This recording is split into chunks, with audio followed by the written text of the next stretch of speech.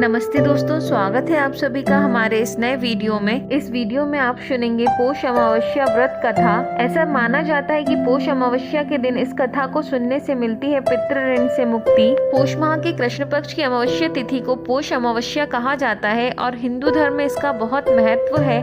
कहते हैं पौष अमावस्या के दिन यदि विधि विधान से पितरों का तर्पण किया जाए तो उनकी आत्मा को शांति मिलती है और वह प्रसन्न होकर अपना आशीर्वाद देते हैं। जिस पर पितरों का आशीर्वाद होता है उसके जीवन में सुख समृद्धि और खुशहाली बनी रहती है। इस साल पौष अमावस्या आज यानी 11 जनवरी 2024 को है। इस दिन यदि पूजा पाठ के साथ ही इससे जुड़ी हुई कथा सुनी या पढ़ी जाए तो पितृ ऋण से मुक्ति मिलती है। अब सुनिए पौष अमावस्या व्रत कथा। पौराणिक कथा के अनुसार एक गरीब ब्राह्मण रहता था। उसकी सुंदर गुणवान और संस्कारी बेटी थी, लेकिन उसका विवाह नहीं हो पा रहा था। एक दिन गरीब ब्राह्मण के घर पर कुछ साधु आए और ब्राह्मण की सेवा से प्रसन्न होकर उसे आशीर्वाद दिया।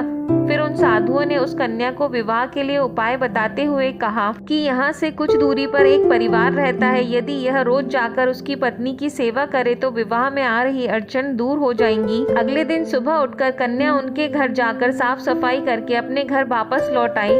फिर रोजाना ही ऐसा करने लगी, जिसे देखकर उस परिवार की स्त्री काफी हैरान थी कि कौन उसके जागने से पहले घर की सफाई कर चला जाता है। कुछ दिन बाद वह स्त्री समय से थोड़ा पहले उठ गई और उसने बाहर आकर देखा कि ब्राह्मण की पुत्री सारे काम कर रही है, जिसे देखकर स्त्री ने पूछा कि आप कौन हैं? तब कन्या ने उसे साधु द्वारा बताई गई सारी बातें बताई। उस स्त्री ने कन्या की सच्चाई और सेवा से खुश होकर उसे शीघ्र विवाह होने का आशीर्वाद दिया। लेकिन जैसे ही उन्होंने कन्या को आशीर्वाद दिया, उनके पति की मृत्यु हो गई।